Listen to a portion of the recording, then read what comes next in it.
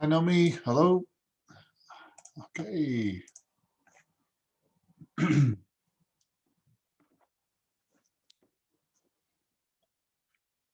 That's great. Hi, Heather. Hello, Naomi. Hello. Hello, Hi. Naomi. Hi, Good good to see morning. I'm you. sorry for being late. My kids just fell asleep, almost Oh, fell asleep, so I was not able to move her until she really fell asleep. So I'm sorry for the delay. hello. Hi, good morning. I'm sorry for being late. My kids just fell asleep. Right. Okay. Okay. I'm just doing some. Yeah. I apologize.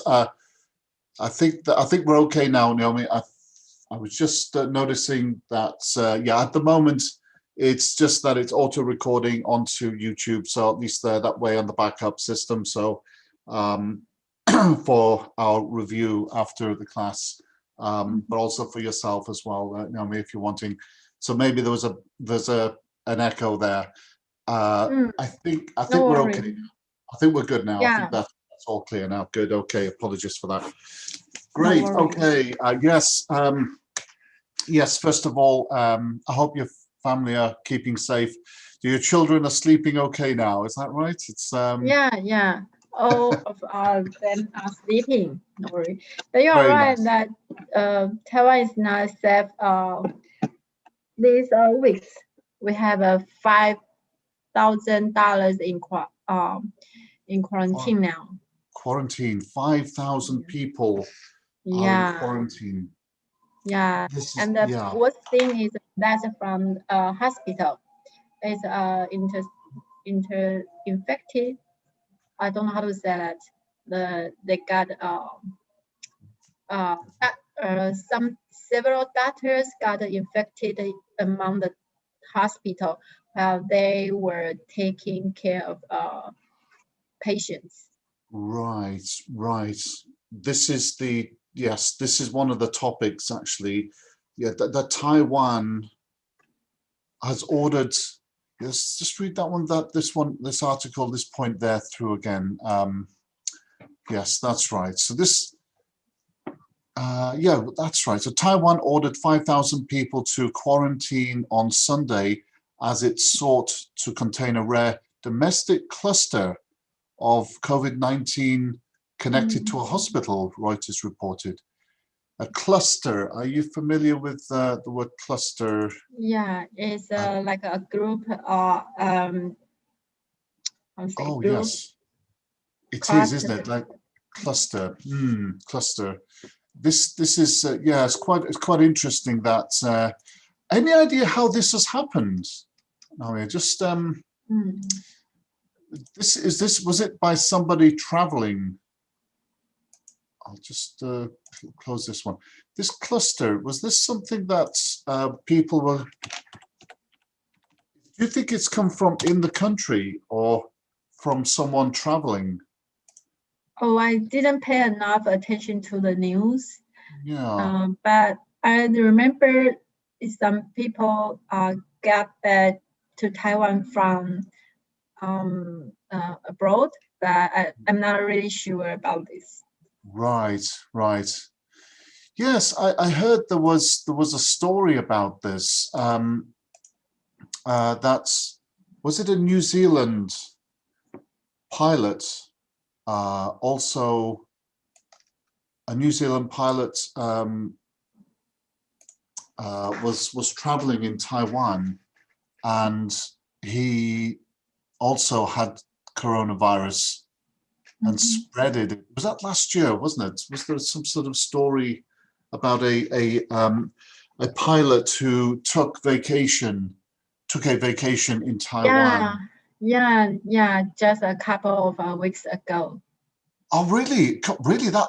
Oh, wow. But you are right that a couple of weeks ago actually is also last year too. Oh, right. I think yeah, yeah. Well, yes. End of last year. Okay. Mm. It is a challenge this because we're well, as you know, we're actually coming up to a milestone, which is an unfortunate. milestone in regrettable milestone in the UK. If I were to, which is unfortunate that we are reaching almost, it could be today, it could be this evening, Naomi, we might be hitting 100,000. Oh my God. Yeah, fatalities. Yeah. The worst is America, Brazil, India, Mexico, UK. We are, yeah, we're struggling over here, but yeah, and it could very well be that it's because our culture, we've been discussing it, actually hearing it on the radio about how countries like Taiwan, Korea, they have more, people seem to abide, follow the rules required. That there's more conformity, that people conform, follow, conform, just follow the rules more. Whether or not, do you know, any reasons why, do you think, Naomi, why Taiwan, for example, follow the rules so well? Yeah. Is it yeah. Sorry, I believe that the conform to, no, I mean, sorry, let me check the word, how to, you know, a teacher maybe thousand years ago called Confucius.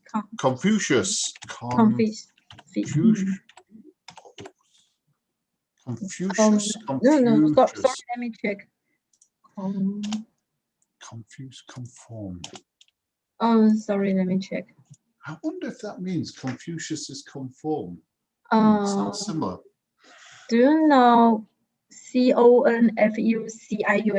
This refers to a people. Refers to a person who was born. Yeah, this one. Confucius, yes, philosopher. Confucius. Yeah. He is generally respected and called the best teacher in Chinese history ever. And his ethics and or say his philosophy is to tell people to follow the rules. You have to follow your if you are younger, then you should listen to the elder. If you are the worker, then you should follow you should respect to your employer. If you are younger brother, then you should listen to your big brother. If you are wife, then you should listen to your husband, something like that. Yes. Yeah, and yes. I believe, but I hate him so much. I believe why in the old age, the emperors, they respect him because this person can help the emperors to rule his people easily. So why they respect him. Yeah. However, I think that's just for their convenience. So it's generally when you are older, then you should give way to your younger brothers. If you like it, if both of you want to watch TV at the same time, you want to watch different TV programs. But if you are elder, then you should let the younger brother or younger sister to choose. You should give way to them, something like that. But in opposite, at the same time, if your brother wants you to do something, you should listen to him, no matter how do you really think. So this is really different philosophy comparing to Western countries, right? Yeah. Western countries are respect to every person has different personality, have different thoughts. Yeah, So, interesting that. Hmm. Hmm. but I really hate this person. Oh, you But do? you know, when we when we are when we were all students, we need to read and even memorize what he said, what he told. We Oh, need to memorize every word in his article. So it's kind of wow. a ruling method by the emperor in the Asian emperor. And even now, I believe the ruling party knows this is still the easier way to rule people, and so they still teach us Oh, this way. Yeah. hmm. Is it, would you say, I mean, what's interesting, at school, Naomi, do they do this at school today? Yeah. Do In they? even in Oh yeah, you may hear Confucius school or college in Yeah. America, something like that. I mean, this becomes a representative as to Chinese culture. Okay. Okay. That's interesting. That's right. That's quite old school. Old, Yeah, what's yeah, old totally. school? Yeah. Yeah, totally. And it's still, is that still a major principle at school? I guess maybe they probably, Yeah, I guess so. I yeah. guess conformity to make sure that people follow. It's an interesting, it's that balance, isn't it, Naomi? That balance of following, but also making your right judgment as well. It's an interesting one, is that?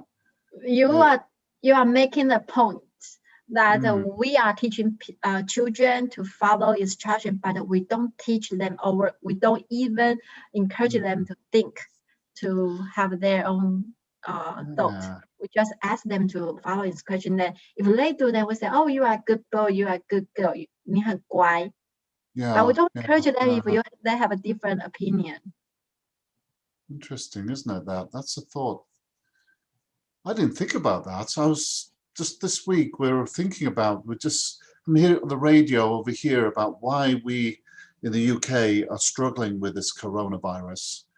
And we have so many cases where people are flaunting the rules. Oh gosh, flaunting. You are, Have I got that word? yeah. Flaunt? No, flaunting. Sorry, Oh, flaunting the rules. Evoke, flaunting, abusing the rules. I see. But in It's some yeah, sense, mm, it's good that you you respect every person has different have different philosophy, has mm. different idea. Yeah. It's. I think the problem we have in over here though is we are gone too far over this. We're too liberal. I think we're too flex. I think we're too flexible. I think we Mm, lack that structure of follow. I think we maybe Taiwan is too maybe it's too too strict. extreme. Possibly Yeah. maybe it's strict and we're too liberal. So to Yeah. strict and liberal or Mm. liberal. It's an interest liberal. Yeah. Yeah, I mean, even there's something like a mask, just the mask, and Mm. people still discuss about, people still go to the shops without wearing a Yeah. mask. Some people still don't. So, Mm. on the basis that they have a medical epilepsy, some people have problems with, there's a certain condition, epil, epilepsy, epilepsy. Oh. Oops, sorry, I'm just going to go there. Epilepsy. It's okay. Epilepsy is a condition where people maybe struggle to Mm. Control. breathe. Mhm. Yeah, this is, and so they say they cannot wear a mask, but I don't know. I mean, you know, it's causing a lot of problems. Anyway, I see. Mhm. Yeah, that's but as to my understanding, there's some reason behind that. One is that in Taiwan, we think if Okay, as you say, in Japan, if you are sick, you should wear mask so that you won't transmit your germ, your Yeah, disease if to you have a other cold. people. Yeah. Yeah, but in Taiwan, it's I believe I'm not sure, but I heard that in Britain, in Western country, the idea is similar as Japan. But in Taiwan, it's different. We are afraid that people transmit their disease to us, so that's why we wear masks. So it's Okay. kind of, we are Yeah. protecting ourselves by wearing masks. But in Western country or in Japan, you believe that people are in sick, they will wear masks to protect others. So maybe that's a reason that the people don't wear masks if they are not sick. I think that's some good reasons, different points of view of, that's because I know when you catch a cold, I know in Taiwan, when I caught a cold or flu, I think it's the weather. Sometimes it's very wet and it can be very damp. And I think you can really catch a cold. It can feel raw, you feel very, very affected by it. I think the weather could, I think maybe because there's no heating, is it, in winter time? Do you sometimes feel colds, Naomi, in winter? Would you feel like the weather in winter time it can be too cold and you got no heating? It's like, oh. Yeah, really. I hope there are heaters everywhere in Taiwan in winter. I gotta say, you can't win, can you? Really, it's so hot, and then, but yeah, that's the thing. I was just, do you know, one of the articles that we were looking at here is about the mutation, because this is really what it's about. Is about the virus mutation. And do you know how it's formed? Do you know the mutation? This is the virus mutation. Let me just bring that through to you. Virus mutation is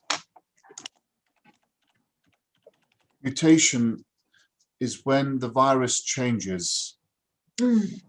And yeah, the strain. Yes, that's right, the strain. And I've got a picture of it here, actually. I've just been looking this up before the class. What happens if I pick this out here? Yes, okay. What happens here is that they copy. So one host, the host is the person that hosts so you have a host, don't you? So it could be you, it could be me, it could be someone else, the host. And then the virus tries to spread it and it gets copied. So say I copy, you get it, say from me, it's a copy of mine. But sometimes there's like a typo, as if you're writing something and you make a spelling mistake, and it's not quite a whole 100% copy, maybe 98% copy or slight mistake. And then it may die off because it's weakened. Or it hits maybe an older person whose immune system, which is the defense system. That's right. It then affects them, and it changes inside them. So the virus then evolves as a new version and comes out differently, stays in the body, it's weak, and then changes and eventually comes out differently. And then that could be copied sometimes. So we've had a problem with that, haven't we? We've had scary. It's scary, isn't it? Shall we just have a quick, maybe we can have a look at that. And maybe then if we got time, I wanted to share with you something interesting of what happened last night, which is called Burns Night. I don't know if you've heard of Mr. Robert Burns. No, I haven't, but I'd love to know it. Yeah, I think it's Robert Burns. Yeah. Oh, okay then. Maybe that's a thought. Yeah, this is a very big night in Scotland. So is it Scotland? up in the north there. He is Scottish, Robert Burns, and have you ever heard of the song Old Lang Syne? Old Lang Syne, spelt it wrong, sorry about that. Old Lang Syne, here we go. See if we can listen to this just for a moment.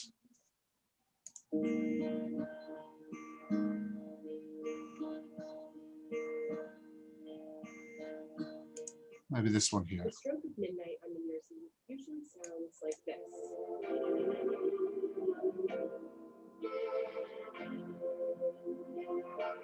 This is Auld Lang Syne, a song that represents the emotional conclusion to another year. But it might surprise you to know it's also a soccer anthem in the Netherlands. Or in Japan, it's a traditional song about fireflies. And the original was written centuries ago as a Scottish celebration song. So how did this song that's managed to spread across the world become the song we sing when the ball drops? What is this song mean? My whole life, I don't know what this song means. Oh, there we go. There's this song, lots of people, Old Lang Syne. It's Robert Burns. He wrote this song.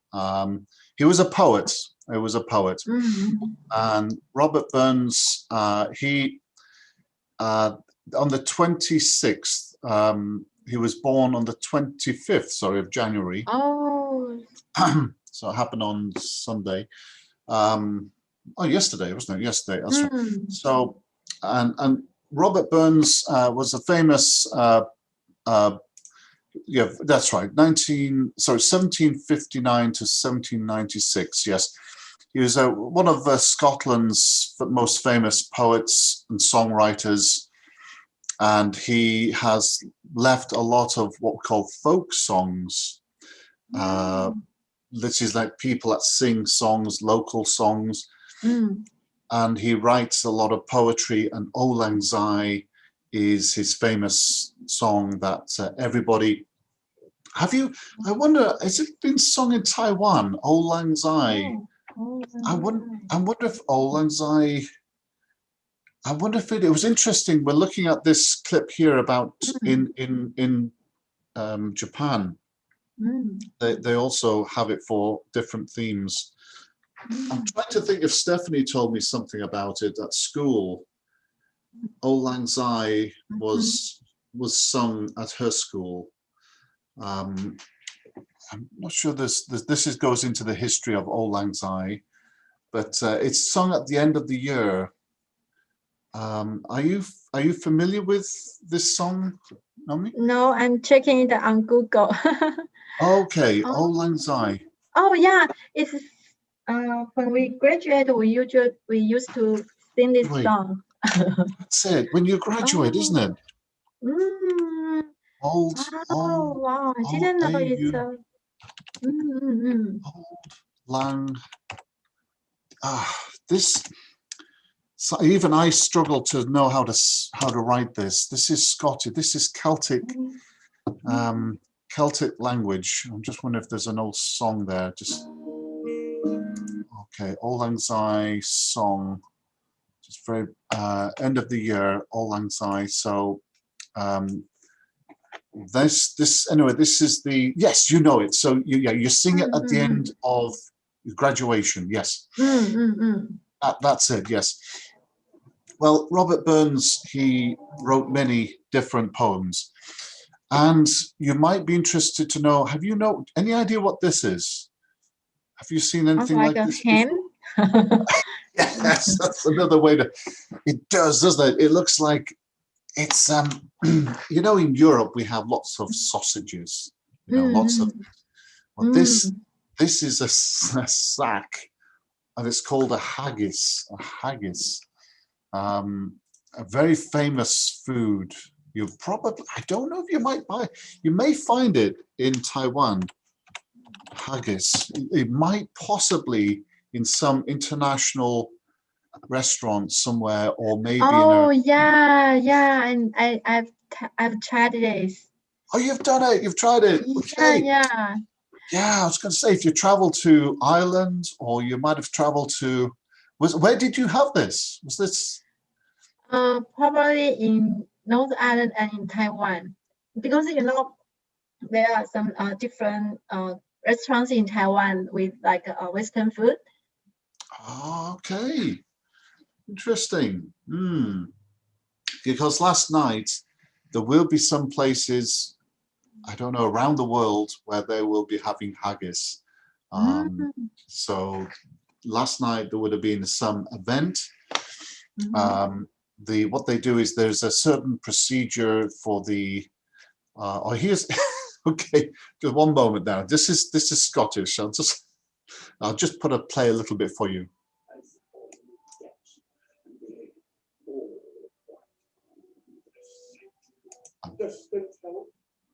I'll just.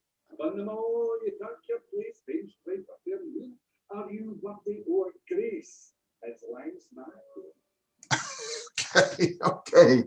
I haven't a clue what he said. Okay, that's okay. I put my hands up. It's a different language. This is in Scotland. I say, okay, good luck. The Scottish Celtic language, possibly how they spoke maybe in the past. So this is called turnip and potato. Turnip, I don't know if you've heard of. I know it's Swede. like this, yeah, sweet, like this shape. Brilliant. Yeah. Yes. Right, Naomi. Yeah, that's right. Quite nice. A little bit hard to boil, but anyway, they'll smash it, and then that's kind of how they have that for that. Now, I think there's a procedure to it. What happens is that on Burns supper, so they'll on the night they'll have traditionally somebody playing the haggis as they bring in the haggis. So if someone was playing the bagpipes, did I say haggis?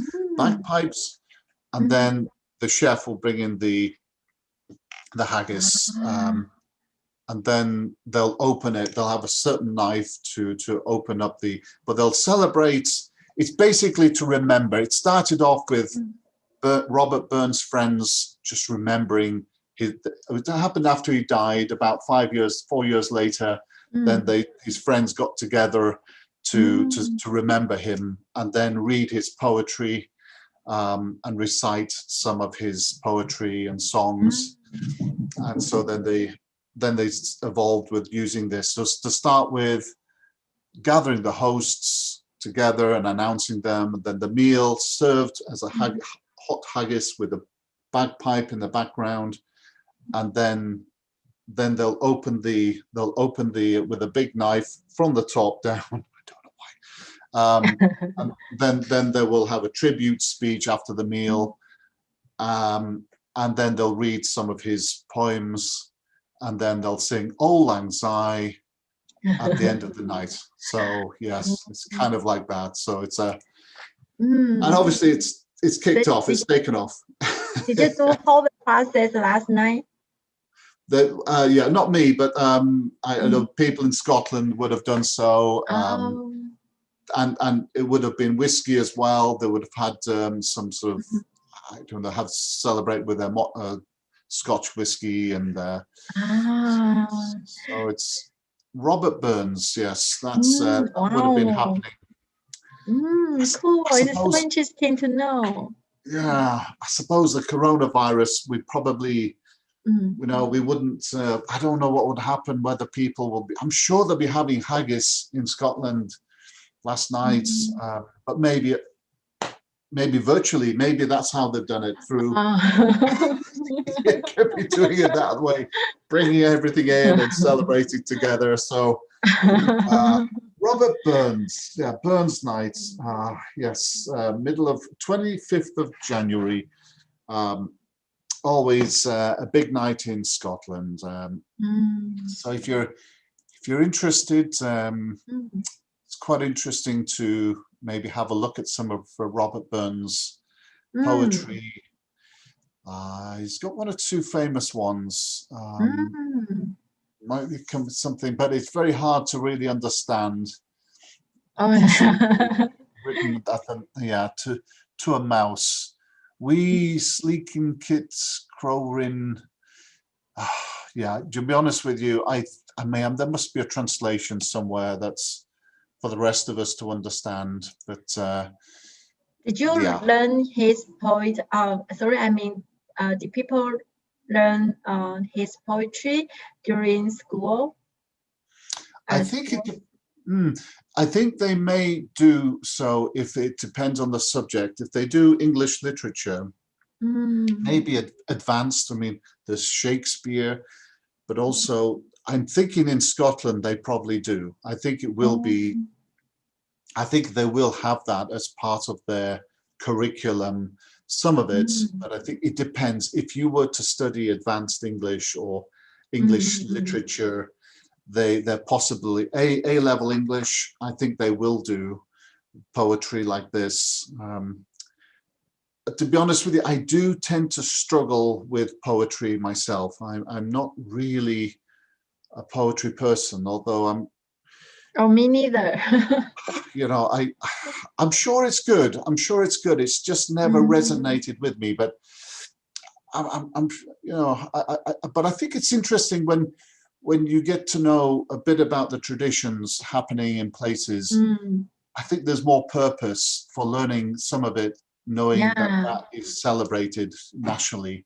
So it's fun. It's really fun. I like this topic. Thank you so much. Sure, this is something I will never know by myself.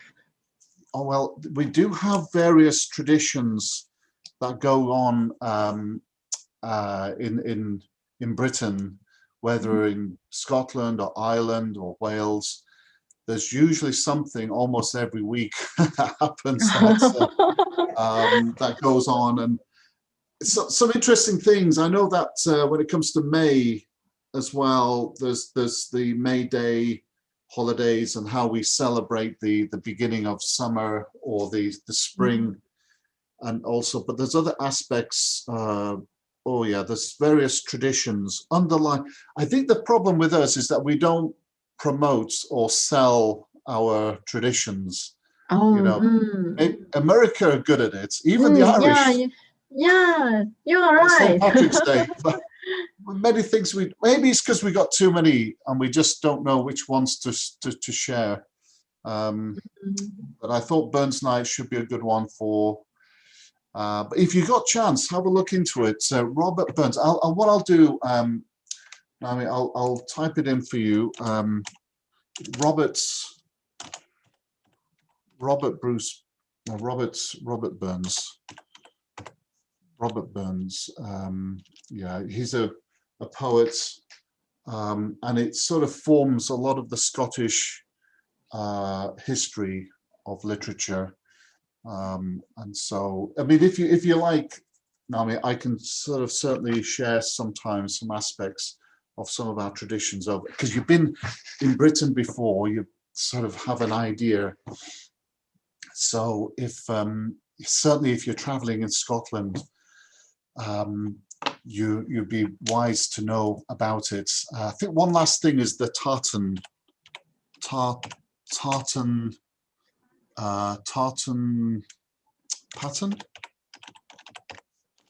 This is also very important in Scotland. Yeah, tartan. Tartan pattern, yes. There's different colors. You'll notice the different colors. These, the green and blue, the red, the dark red and black, very simple. These originated from different, what we call clans. The clan is a, see if I were to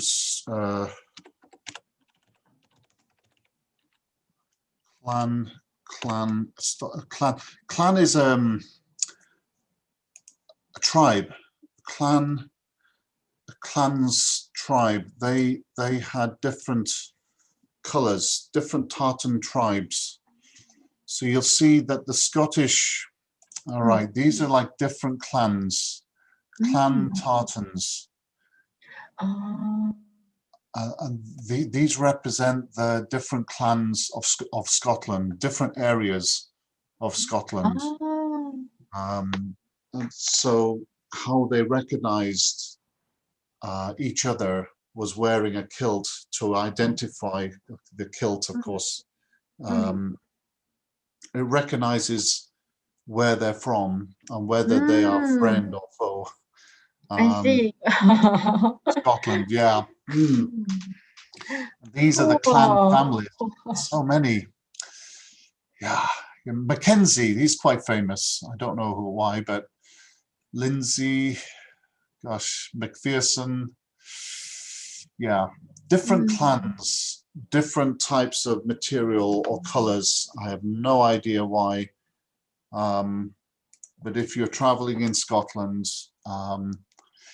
William Wallace, you've probably heard of William Wallace. William Wallace, Scottish clan. Have you heard of Braveheart? William Wallace. Oh yeah, yeah, the movie, right? Yes, that's right. Yes, H-E-R-T. Braveheart, spelt it wrong. There we go. Braveheart. Yes, that's right. William Wallace. And so, what sort of kilt was he wearing? Okay. So he was wearing something slightly different. But anyway, Braveheart, blue and white. So maybe I think that was representing William Wallace, something like that. His tribe, his clan. His tribe, Wallace, down here. So he's more to do with, but you know, in Scotland, their accents are very, very strong down here. Yeah. Strangely, yeah, you go further north, it's less. I don't know why, but down here, there's a band of Scottish, and in Glasgow, very strong accent, Naomi. So. My coworker who's sitting next to me, she spent 1 year in Scotland in college, and she told me that the accent is really different. It's so difficult for her to get to know. I'm afraid so. If it's in Glasgow, they have a very broad, strong accent that makes it a little harder for them to tone down their English speaking. Heather, before you told me this, I thought the most common tartan pattern is black and red. Is it so? Right. Most common. The most the one is seen. Yeah, the ones we looked at, didn't we? We did see some with the black and red pattern. Good question. I be honest with you, I thought it was a more good question. I think it's more blue. I think this one here, to my understanding. Why? Because the Scottish are usually coloured blue. Their sport teams are usually blue. Their flag is blue. Mackenzie, I wonder if let's look at that. Mackenzie. Right, Mackenzie tends to be the blue. Yeah, I think this is the one. To my understanding. I see that should be my misunderstanding, because the place I see tartan it at the most is from the short braid. But yeah, again, so hard to tell. Hard to tell now. Really, well, okay. To be honest with you, this is Fraser tartan. Fraser tartan. Gosh, where were they? I'm not sure where they come from. Fraser tartan. I'll see if I could find that again. The Fraser tartan. Not sure. I've got it here. No, okay. Apologies. I've gone back there. There's Fraser. Yeah, this one as well. Green, blue, red. If I do a most common or most most popular or most common tartan.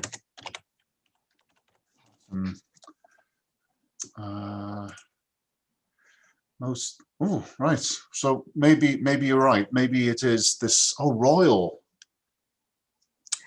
Okay. I wonder if it's royal. It might be something to do with. Gosh. Oh. You know, I really couldn't tell you at the moment how most common Stuarts. My middle name is called Stuart, by the way. Oh, So that's to know it. yeah, yes. But I use a U, Stuart, but I Oh. think that the Scottish usually uses the EW, Oh. Stuart. So most common Stuart, yeah, slightly different spelling. But I do have Scottish relatives, so I suppose why I had to wear when I was younger. I had to wear a kilt. It's like, oh my gosh! So when I was young, so Did you like it? I didn't enjoy it. Felt very uncomfortable, but yes, it was. Is it cold? I was going to say it's like it just felt very strange to wear a kilt. It seems, but yeah, I guess you have to appreciate the history behind it. You know what it means. But yeah, it's a good question. That what is the most common? I mean, I tend to feel that because blue is the national, like Oh, Kate's. probably there is not a standard. It's maybe for the rich people, the most common pattern is the Burberry. Yes. For yes. me, who likes to eat bread, maybe the black bread, because from the box of short bread. Yeah, that's right. The promotion of it. That's a very good point. The shortbread biscuits, very common Scottish. They tend to, and I think red and black could be a fashion when it comes to fashion. I think it depends on that really. Scottish shortbread biscuits. Yeah, right, this is this is the same one I saw.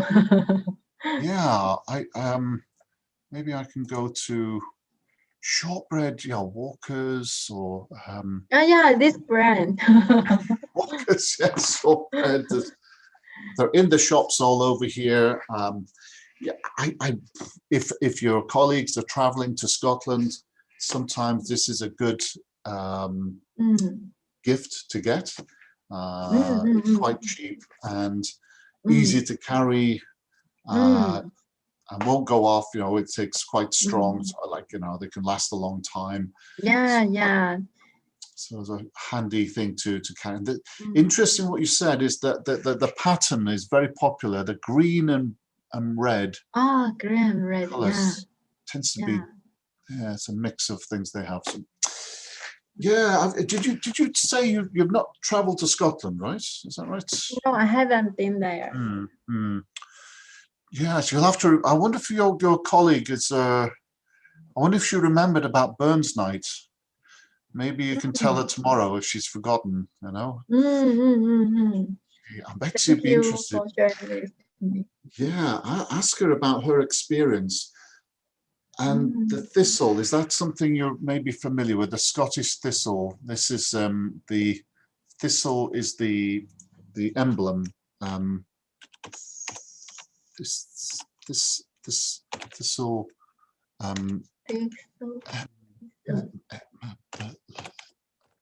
emblem of Scotland. This is the thistle is the it's a plant. We have the rose. We have a picture of a rose. We have the rose in England. We have the red rose. in Scotland, it's the thistle. This is the what we call the emblem. Emblem. I can see now. Emblem. Is represents. I wonder what Scotland. What Taiwan is. The emblem. I just bring this across. The emblem of. Emblem of. Oh, emblem. You mean that flower thistle? Thistle, yes, the thistle. Oh, Thistle. Yeah, that's right. wow. The thistle. It's a beautiful emblem. Very, very spiky. That's you've got to be careful. Those are very spiky. Yeah. Oh, they can be, and the leaves are very spiky too. Yeah, really. Like Oh, cactus. yeah. Looks like a cactus. Yeah, like a cactus. That's a good one. They're in the fields here as well. We get them here in northern England, and we get the different types of thistle. But you'll notice how the pattern, isn't it? Interesting how yeah. and so the kilt is kind of on that theme of the cross because of the sort of like that. It's influenced the eventual design of the kilt of the tartan pattern. So you have a good observation. it's a little bit it's a bit about the way and this is the Scottish emblem. So and this is the thistle that represents the Scottish rugby team, but you can see the blueness about it as well. Now we got a lot of history, and yeah. No, so I wanted to say that the previous this picture to me who come from South of Asia. This to me like a purple pineapple. Yeah. Pineapple. Sorry, just kidding. It is a good observation. Yeah, because it's the emblem of the country, and therefore I guess that it was a heavier influence to people to then look at the texture of that idea. But I don't know. I'm not a speculation whether tartan actually comes from. And this is an example here that the red rose is from England. Actually, my county here is in North Yorkshire. I'm in Yorkshire, Northern England, and I'm quite close to York. And our emblem here is the white rose. It's another white rose. We're the white rose. Yeah, we're the white rose, and then Lancashire's the red rose, and that's the history of the War of the Roses that we had. It's a long history with that as well. The white rose, which is from York, and that's part of the. I'm not sure it's the Viking heritage behind it, but I'll have to look into that. But the Scottish is the thistle, and the shamrock is the Irish, which of course you know is coming in March. March 17 is St. Patrick's Day. We'll be able to explore, and April 23rd is St. George's Day for England. But anyway, this comes later down the line. But the influence of that is quite significant as well to the area. I'm just wondering, in Taiwan, I'm just wondering what is the emblem of Taiwan? I wonder if it's the plum flower. Yeah, plum flower. But these are from China. Oh, right. Is it? For a second I thought it was from Japan. Okay, so it's the plum emblem of Taiwan. Oh, okay, this is a plum flower, right? Oh, is This this? this is actually the yeah, plum flower. This one, yeah. All right. But the blue one you see on left side of your screen is actually that means the sun, Oh, and the it sun. has 12 sunshine. Ah, rays or 12, yes, pointers. Yes, Or 12 pointers. And that means it's a sun. It's the sun and 12 with 12 sunshine. oh, 12. Does it? Oh, 1, 2, so 3, 4, 12. 5, 6, 7, 8, 9, Yeah. 10. So the 12 means. I forgot. I'm sorry, I forgot. Yeah, maybe no. I don't know. It's just interesting. No, it's. I always like to encourage. I mean, it's one of the things that many foreigners would find very fascinating about certain aspects of the Taiwan history. Likewise, the history that we sometimes have over here, that we all have, because we all have it in something in common. Every country has some emblem, as you know. So it's really quite a fascinating area as well. So it's excellent. Yeah, that's I wonder why the plum. You say it's from China, passed on from. Oh, of course, that's because of Chiang Kai-shek, isn't it? Of course. Yes, Am I you are tuning right. up? Yes, and Chiang Kai-shek so brought it over. I guess those are the trees. Okay, right.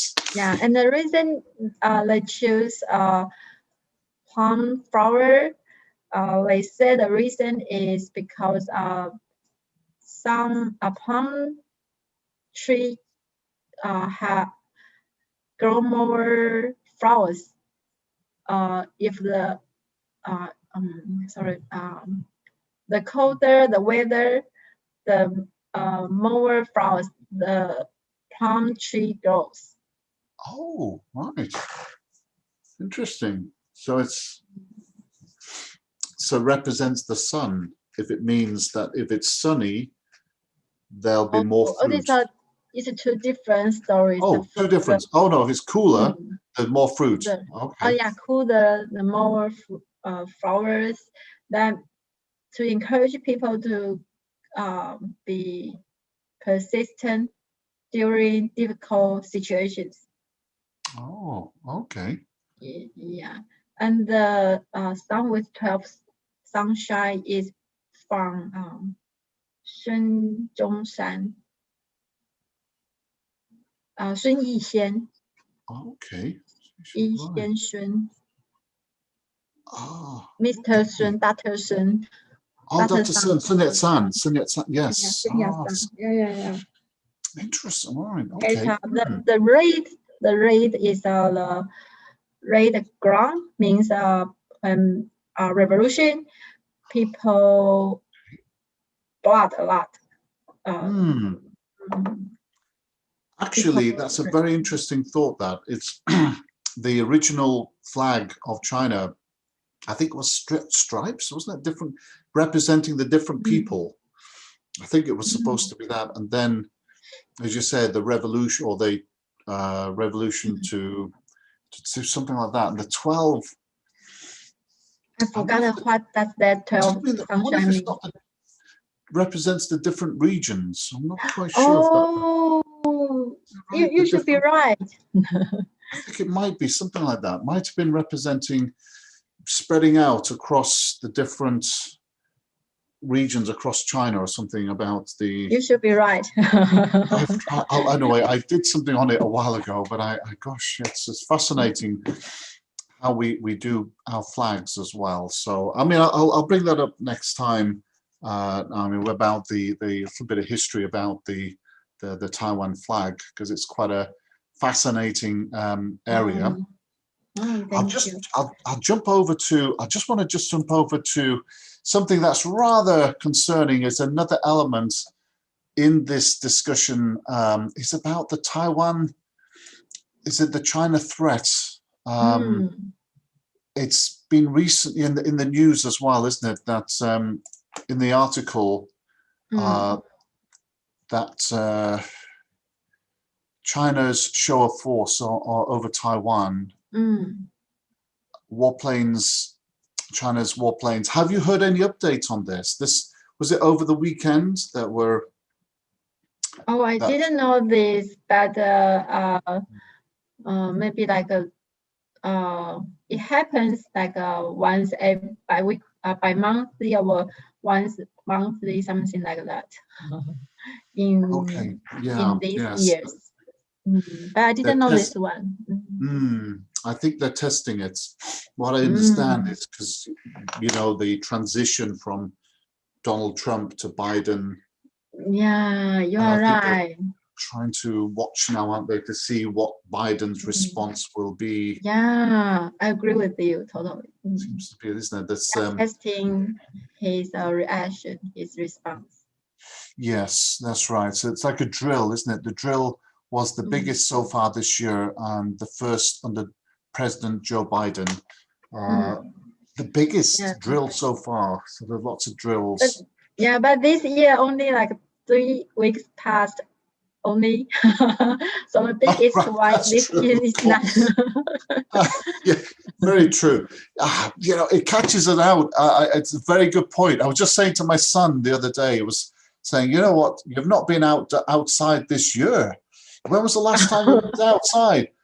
It was last year. So wow, it sounds so long. Yes, but it's only 2 weeks ago. But it's true. Technically good. Yeah, very true. It's like, when was the last time you did that? It was last year. You should be ashamed of yourself. That's true. He's smart. He is logical. And then he went out because he felt bad. So yeah, it was good. I thought, good, I can help.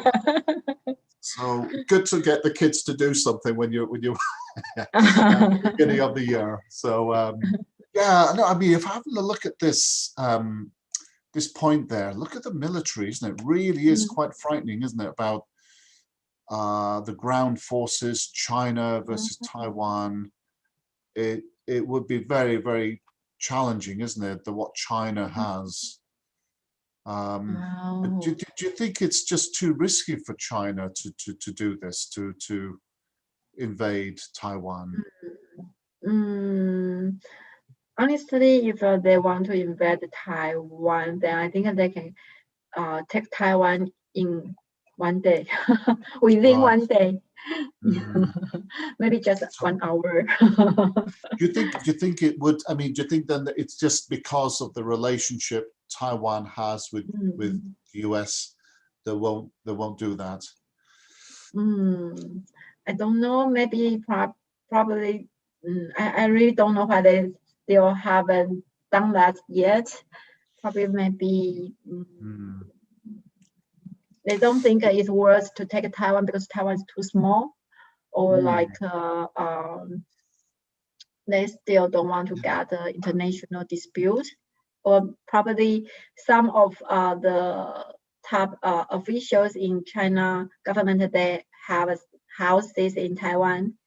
They have some personal property in Taiwan, maybe, or they own some stocks of Taiwan companies. They don't want to lose the money. They don't want the stock market to collapse.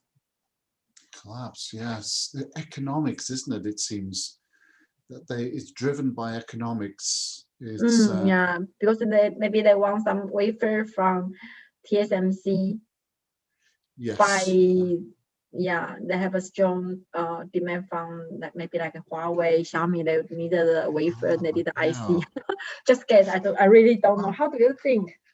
Well, I mean, that's a very good point you brought up about TSMC. The technology that TSMC has got is a lot more advanced than in China. I think that China are trying to make their own wafers, but the technology is, I think it's about 30 nanometer technology. So they're still 5 years behind, or maybe about at least 5 years behind TSMC at the moment. So from the technology side, they might not. It's a question though, isn't it? At what point will China become economically too big? Or maybe Taiwan is not economically worth much more than China, and then what value is left in Taiwan to them, to which, yeah, well, we could overtake and then, but it seems to me that, I mean, even Laos, now Laos is a country between Vietnam, Thailand, and then Laos is in the middle, I think, and it's just south of China.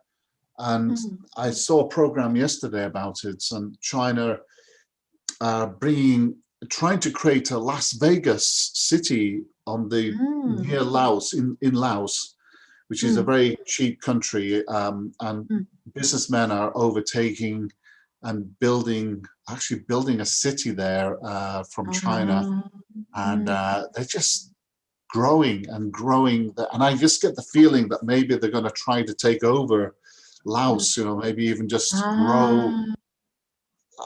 And then a lot of money, so they owe, the country owes a lot of money to China, so they are kind of economic colony.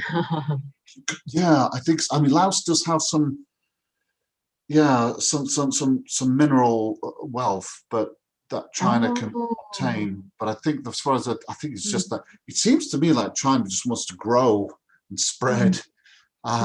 So it's just a little bit unfortunate. I think that's some of the military bases along the China coast. But is it Jingmen? Jingmen, is that still Taiwan? Jingmen. Yes, still part of Taiwan.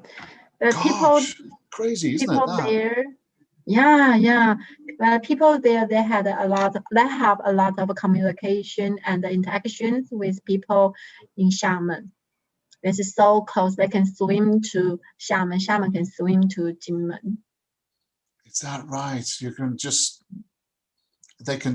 yes. It's. I find that astonishing that China will be able to. Amazed that Taiwan can hold on to that. That's and you know, like we don't have enough infrastructure in Jingmen, including water supply. So actually, Jingmen people, they partially rely on the water supply from China. Oh, wow. And they can see the buildings. They can see the sky. They can see the high buildings in on China. The horizon. Is it on the horizon from the distance? Yes. The horizon there. So, gosh, I didn't realize Jinmen was so near. Have you been there? No. Hey, do they make Jinmen?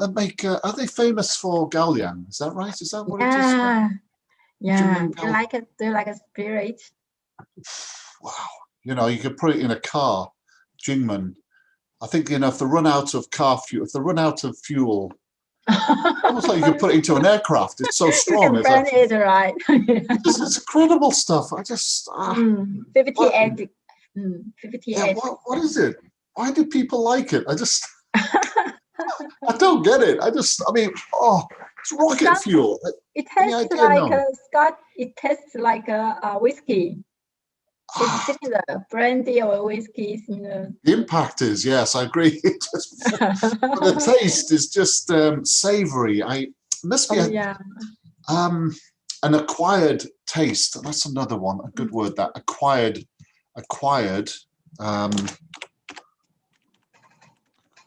taste. This, I think, is a very good point. This acquired. Oh yeah, you are right. Brandy or whiskey has more acquired taste. Yeah, it has deep. However, if you try the Gaoliang over 20 years, and sometimes maybe longer, then the acquired taste is better than the newly ones. Oh, matured. Matured Gaoliang or matured fermented, matured whiskey, matured. It's like cheese. If it's matured, we have matured cheese, and it's an acquired taste. Not everybody likes it. Chou tofu, yeah, tofu, sticky tofu, yes. Yeah. An acquired taste. No, an acquired taste. You either hate it or you love it. You know, it's one of those. And you've got to get that acquired taste to like it, like cheese. You've got to have that acquired. Gaoliang is the same. Acquired. You've got to acquire that taste. You've got to sort of create that. You've got to. You know, you probably learn to like it. I think first time I said chow tofu, what is this? And then somebody said, think of cheese, Stilton cheese. And I connect the two together. I think, okay, I can see how I can enjoy this now. But oh, really? You enjoy stinky tofu now? Well, I prefer the fried version, but the you're amazing. Oh. Yeah. The steamed took longer. That took a while. I was stubborn. That was very tough to get used to. The steam. There's like I had outdoors. If I eat it in a market outdoor, the smell can go elsewhere. Then I'm safe. Yeah. In a room, it's like so close. But you are so brave that you are the only person from Britain over who is a native English speaker. I know who enjoys stinky tofu. Oh yes, no, it's got to be done. You've got to salute it because it's very important. Everybody likes it. It's a bit like your haggis in Scotland. You must appreciate it. If you're living in Scotland, you've got to try to say. It's insulting if you don't. So you got to try to say yes, haggis, very good. Oh. But yeah, Gaoliang is something as well. I've got to say it's amazing. But yeah, okay then. I mean, I know we haven't really got a chance to look at the article. Some very good points. It's okay. I thought maybe it was quite important yesterday about Burns. I thought maybe it's important. Let me just show you something I put together here. I'll send it to you. And I mean, that's as the world approaches. Let's just have a look. See, I'll just very briefly, before we close, I wanted to just show you the article comparison about sometimes how we do this. Just here we go. So I noticed just something we did last week, actually, how the words, sometimes the writing can be quite challenging when reading something. What we tend to do is sometimes slightly different. So what I've done here is I've put commas. So as the world approaches 100 million coronavirus cases, or as the world approaches 100 million coronavirus cases, including 25 million in the US as of Saturday, questions are surfacing about new variants of the virus that could slow or even reverse the progress that has been made towards ending the pandemic. I've put in a lot of these commas here to give an idea of the way to express. Instead of here, there's hardly any commas. Now, obviously, this is written words, but when you're reading it, maybe in your mind, but if you're speaking it, then you need to then chop it into little bits. So I'm kind of thinking, I'm wanting to just give you an idea. Would you like to just try to read this through? We'd like to try that. I'll let me just blow this up for you. And then if it's a bit small to see, I can make the view a little bigger. Let's see, there we go. Let's make that slightly there. Thank you, it's perfect. There we go. Now we just have just see how you go. It's you put a slight pause. It's just playing with it. Helps to. I'm hoping that this helps when reading these little slight pauses, if you like. No pressure. Just see how. Just play with it and see how we go. Definitely, this helps as the world approaches 100 million coronavirus cases, including 25 million in the US. As of Saturday, questions are surfacing about new variants of the virus that could slow or even reverse the progress that has been met toward ending the pandemic. Nice. I quite like that feeling that you're giving little pauses, just like a newscast. Is how they then and then. So it's quite So it's particularly. I'll put this one here to make it slightly bigger. So as the world approaches 100 million cases, 1 million coronavirus cases, including 25 million in the US as of Saturday. So as of Saturday, questions are surfacing about the new virus, a new variant of the virus that could slow or even reverse the progress that has been made towards ending the pandemic. I know it's a bit choppy, but I'm trying to, so it could slow or even reverse. So different dangles away the progress. So it's moving to that point, that point, that point. I'm trying to just get the different points there across. Would you like to try this one here? I'll let you just read that one through yourself there, Naomi. One of those questions is how effective the current vaccines will be against these altered versions of the virus, which initially appeared in Britain, South Africa, Brazil, and the US. Some appear to be more contagious than the original version, and all the little understood. Yes, that's right. All a little understood. It's going to be some news that's coming up in the next few weeks, Naomi, isn't it, about this virus variation? Yeah. Yeah. I mean, a lot of this, unfortunately, a lot of the news is going to be about the coronavirus, which obviously is very important. It's bringing up other news elements, this about the coronavirus. Another one is about the spreading of the world supply of coronavirus vaccine map. We see this one here, isn't it? The vaccine map, which in turn really shows you which countries are getting the virus. Wow, September 2001 to 2020 to 2022, you know.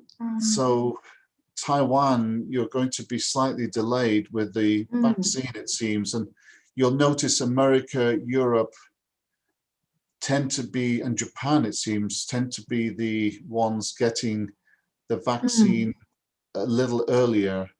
And then the ones in 2023 are Africa and South America to some extent, and are getting it last, and Indonesia. God.